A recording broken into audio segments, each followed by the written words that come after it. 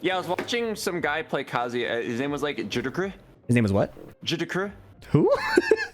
I feel like he's well known. He's like a Korean guy, Judokru. Maybe. I don't know the name. JDCR? Yeah. Oh my god. And he just kept on doing that. The chat saved me. I was like, who is Judokru? Yeah, JDCR. JDCR is a legend. Yeah. Let's crash course in practicing sidesteps. Okay, crash course in practicing sidesteps. So we are Asuka, we're our character. Opponent is Lily. We want to see how to sidestep her moves. So part of this exercise is going to be knowing what moves are coming at you. I'm going to skip that part and assume you got it from like the replay or something. But what we like to do is record like a jab and then the move that we're trying to sidestep. So I'm going to hit record and do jab, down, forward, 3. All right. Okay. I'm going to block the jab, and that sets like a reference point, right? Because sidesteps are so timing tight, we need to like, it helps to set a reference point. Yeah, it's like consistent. Yeah, where we both come out of block stun. So this is the way we do it with just a jab. So I block the jab and I'll try sidestep left. Okay. Sidestep left does it. And I'm not just inputting sidestep like by itself. I'm going to input sidestep and back. But doesn't the back end your dash? Correct. It does cut off your sidestep, but it is necessary to do it as safely as possible. So as you can see, you get fully hit. Yeah. So I'm going to sidestep. This is the sidestep as soon as I'm able to, like right out of block stun. I'm even inputting it a bit early and the movement is buffered. Now, if I do it slightly late, like here, I get hit. Like, if I wait for her to start her move, then by then it's too late. Same with both directions. If I wait, then I get tracked. So it's slightly preemptive when you are sidestepping something. You are making a read that a move is going to come out or a set of moves are coming out, and you're picking the sidestep that counters that set of moves. Okay. Right? So let's do another example. Jab, down, forward, 1. Okay. I'm just going to have that move on. All right. So I step left and I beat it. If I step right, it follows me, it tracks me. So okay, question. Yes. Can every move that doesn't have like a tracking property be sidestepped? No, that's a great question.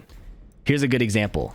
Well, so technically there's probably a very specific situation where you could, but there are moves that are we call them pseudo homing. Like they're effectively homing even though they're not. So this is a good example. Lily's down 3. This one has really, really good tracking to both sides, right? So like, even though I'm almost out of there, it tracks me at the last second. And you could probably step this with like a side walk, right? Like, but for the effectiveness of the metagame and like the neutral interaction, it's effectively homing. Yeah. Same with Dragunov down 2. Sorry, go ahead. I was just gonna say, you're never gonna do that, right? Because you always want to block at the end and you'll never make the distance in time. We can try it. So I'm gonna try to sidewalk block it. And then I'm going to mix it up with Lily's homing move. Right? So I'm going to put these two moves on and see if I can sidewalk block at a timing that it works. Sweet. So there probably is a specific timing. But for this specific case, I don't think it's worth it. Right? Oh, okay. Yeah, even then I got hit. So yeah, it's like so hard, it's almost not worth it. Right? And once you've sidestepped, can you just do any punish you want, like your slowest one? So it depends on how fast their move recovers, right? So like if I record Lily doing jab, jab, right? And I try to sidestep punish this with like my slowest thing, it's too slow. Oh, there, I'm fast, damn. So it depends on the recovery of the second move. And because we don't know what it's going to be, usually we pick like our quickest punish. So like down forward 2 is really nice here. So I can just default to like sidestep down forward 2. Yeah, sidestep down forward 2 is in particular really nice because if you're wrong, you don't die for it, right? Like if you're wrong and they get the block, like say you're really late, like you're -6. Wow, it's only -6? Yeah, so you're fine. Yeah, I was really surprised. Right? So like versus if I tried to forward 2 and I was late, then I'm dead, right? So usually we just pick characters will pick their quick option that's relatively safe. So like Lily players, because they don't have a safe down forward 2, might do like a hop kick. Oh. Does every character have a safe launch? No, not every character has a safe launch. So Lily does not have access to a safe one, as far as I know. Someone in chat can correct me if I'm wrong, but I've been playing her recently and I don't think she has a safe one. Maximilian Dood said, Jesus Christ, why haven't I pressed back after sidestep, my god? Yeah, and it's one of those things they don't really like tell you, right? They tell you can sidestep, but something they don't tell you, and this is probably a good time to cover it, is Tekken sidesteps have limited windows of availability where they're like actually dodging something. So I'm going to do Lily jab, jab, right? And if I just start sidestepping, I'm going to dodge it, right? Yes. And if I hold sidewalk, I can keep dodging it, right? All right, I hope this example works because I've been labbing this all day. And they've buffed sidestep so much in Tekken 8 that I'm praying this example works. If I do jab and then delay jab, this should catch the sidewalk. Yeah, there we go. So Tekken has limited invulnerability, or like, that's the wrong term. The sidestep is not evasive for all of the time you're moving. It's only when you're first starting to move. And the reason that is because when you hit a button in this game, your character realigns.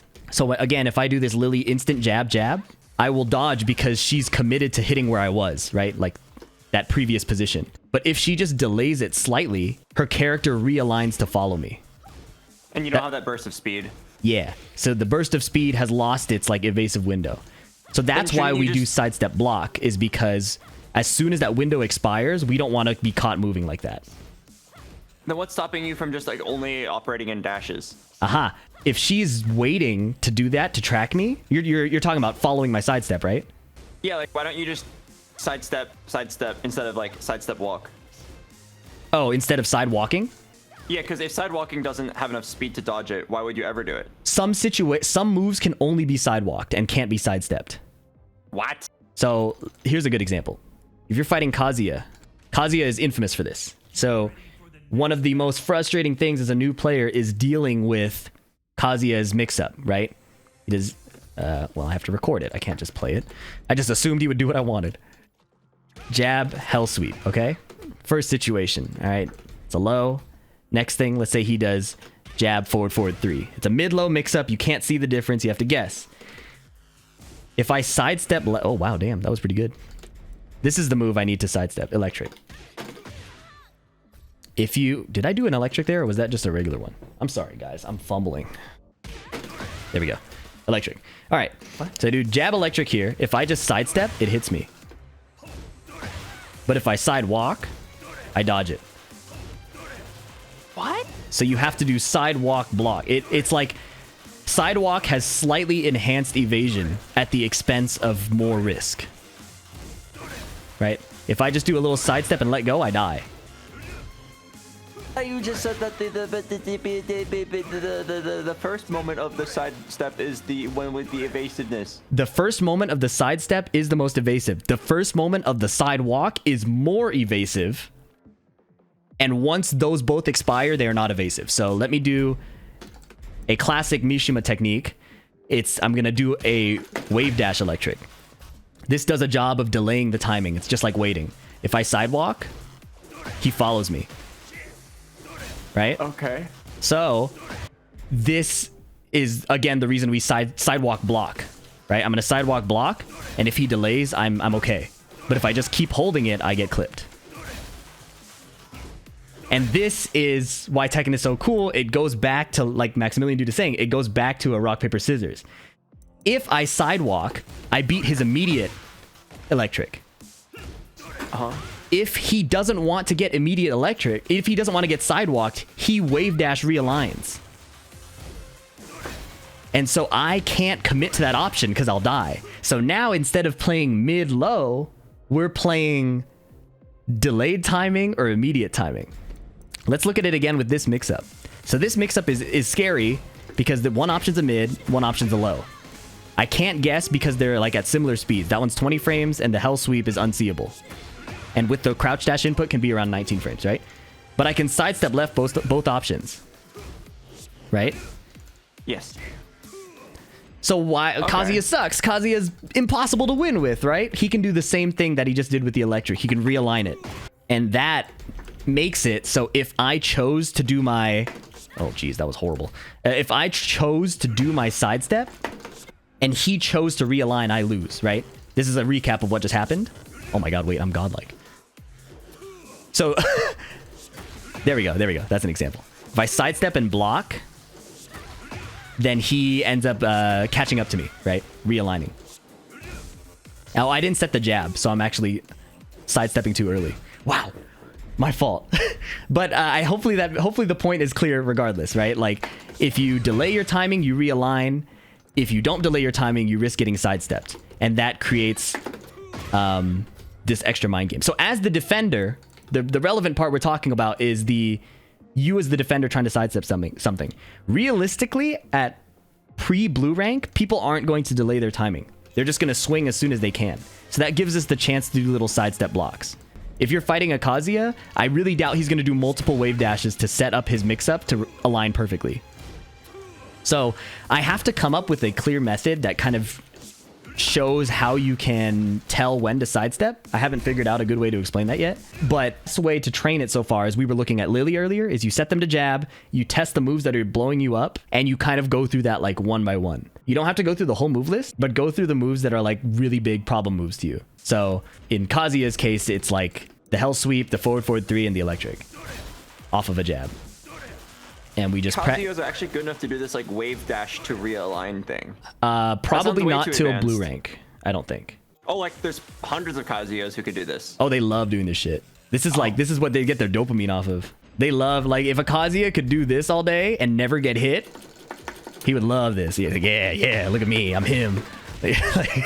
They love this, right? Yeah, I was watching some guy play Kazuya. His name was like Judokru. His name was what? Judokru. Who? I feel like he's well known. He's like a Korean guy, Judokru. Maybe. I don't know the name. JDCR? Yeah. Oh my god. And he just kept on doing that.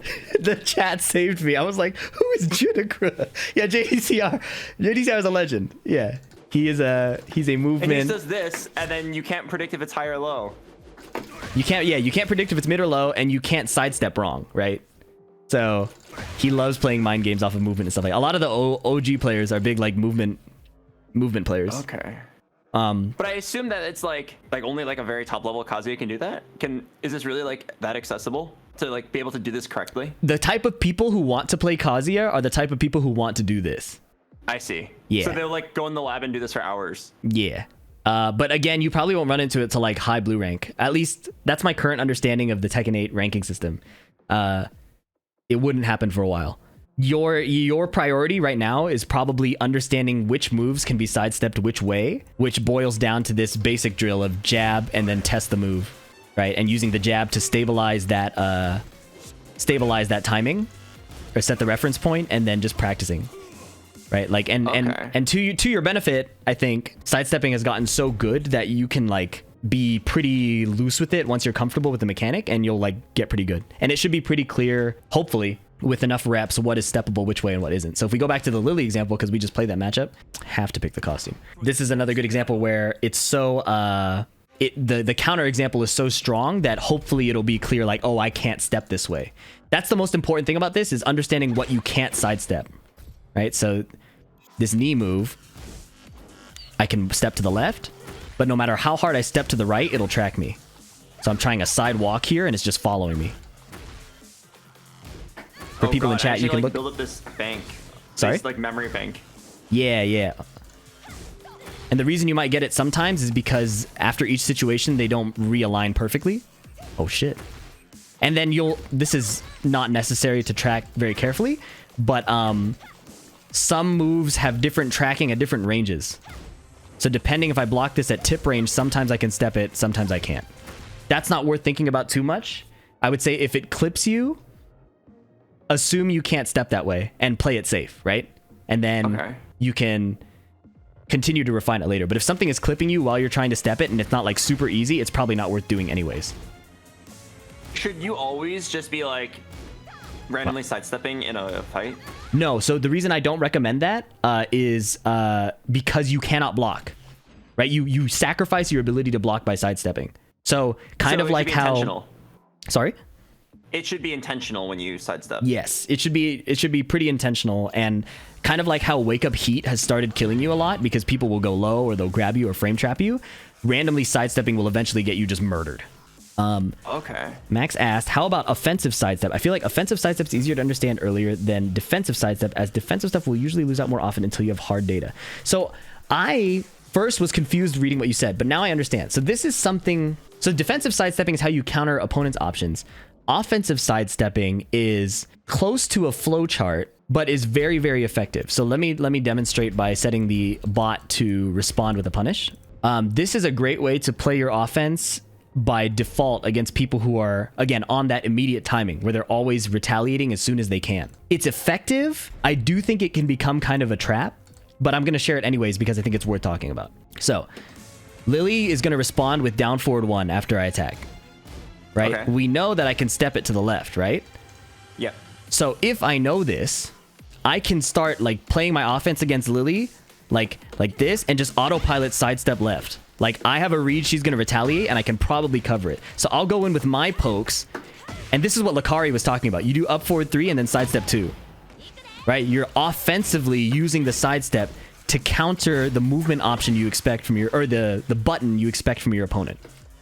Okay. Button or set of buttons, right? Because Lily can retaliate with multiple things. The idea is that you would pick a sidestep that counters multiple options. Okay. Right? And this is why people love those sidestep charts that tell you, oh, step a character this way. It's so they can really go in and just start doing this stuff, right? It's really fun and comfortable to have that. But to me, the downside is as soon as you run into somebody who kind of knows what they're doing, they can like murder you for it, and then deprogramming that muscle memory is really hard. So that's kind of my caveat for doing this kind of offensive sidestepping. It's very, very good. But as you can see, Lily has this move, the down forward 3. This is a great example, actually. So Lily, if Lily does down forward 3, yes, I can step it to the left. But if I play this same autopilot sidestep left down forward 2 timing I'm doing, right? This will be like muscle memory to like poke and then move and do this. All she has to do is pick this slower move and I die for it. Because it has that built-in delay. Oh my god, I'm the goat. Hang on. Yeah, like that. So that's the risk, is if you fight somebody who decides to just do a slow move or knows what they're doing, you can get totally murdered and you'll be like, you'll have this offensive flow that's kind of hard to break. So let me write that down. I've been talking nonstop. Should you sidestep 2 or sidestep down forward 2? Sidestep down forward 2 is kind of the generic application where most players will look to do something like that because it's their like safe launcher. Asuka has the mini privilege of doing sidestep 2 and getting around that a lot of the time. So that's why a lot of Asuka players do this, is because it's like a super sidestep. Almost is that like actually further? Yeah, because if you look at the animation, she steps and then she steps again. And that double step is really evasive. She like leans to the side. So it's more likely to dodge. Okay. Yeah. I'm down. I don't want to go into heat though.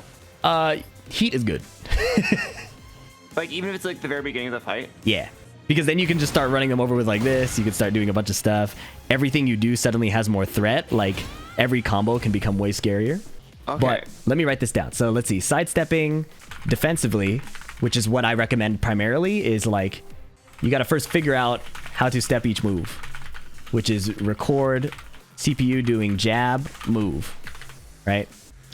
Try sidestep left, block, sidewalk, sidestep right, block, then try sidewalk left, block, sidewalk right, block. I feel like someone told me that heat does more damage when you're lower. That's why I want to like use it later. That is not how that works. That's rage. The rage art does more damage if it's lower. Yeah, but heat is always the same damage. So let's see. We tried to figure out how to step each move, and I would say just start with the problem moves that are hitting you.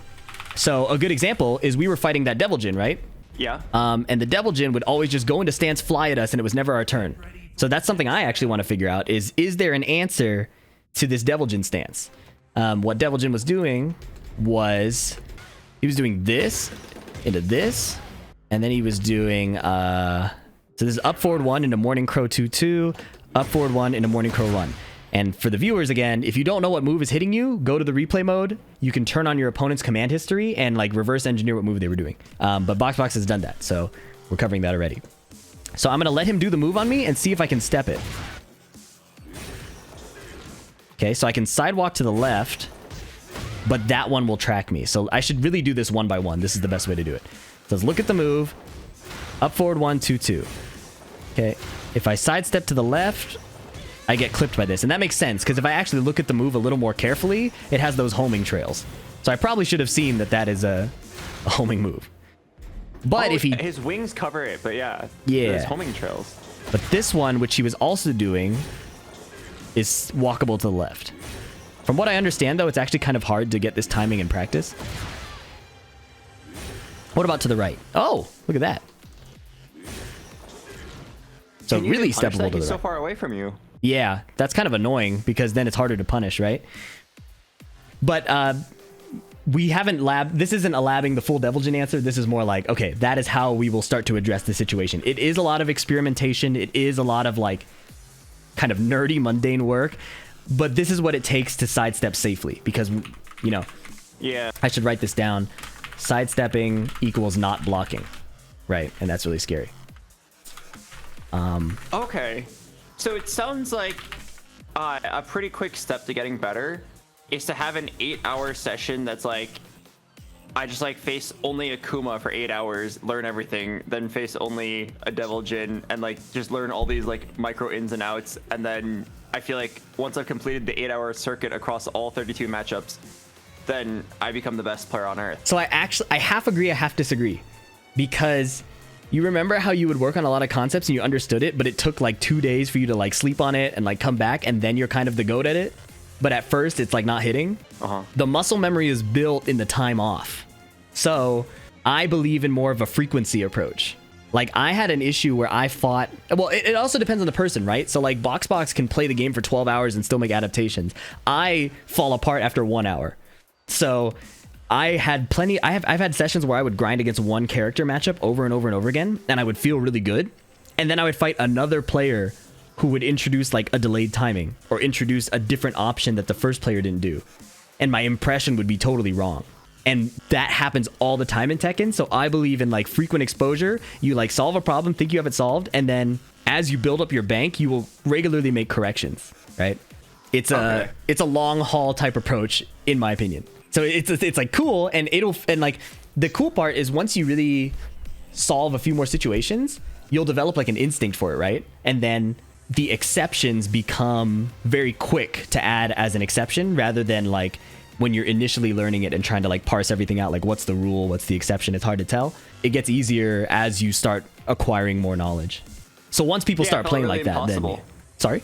I was just saying it felt really impossible to like hit you or like deal with your options without sidestepping. Yeah. And so once you reach a level where it's impossible to deal with the options because people are sidestepping, then it becomes really relevant to learn. But at this level, I think it's still a matter of frame trapping, block punishment, whiff punishment, and string defense. So like if I were playing Lily like someone here, I don't even know what strings I would do. Like maybe like this, I guess. Like somebody's running around doing this, you would want to be able to duck the third hit or something, right? Or if she stops early, like playing your frames. So she just does this and goes into like nothing after. What frames does she have? She's -5. Can I duck the second hit? Yeah. So you'd be looking for things like that. I think this is still the top priority compared to sidestepping.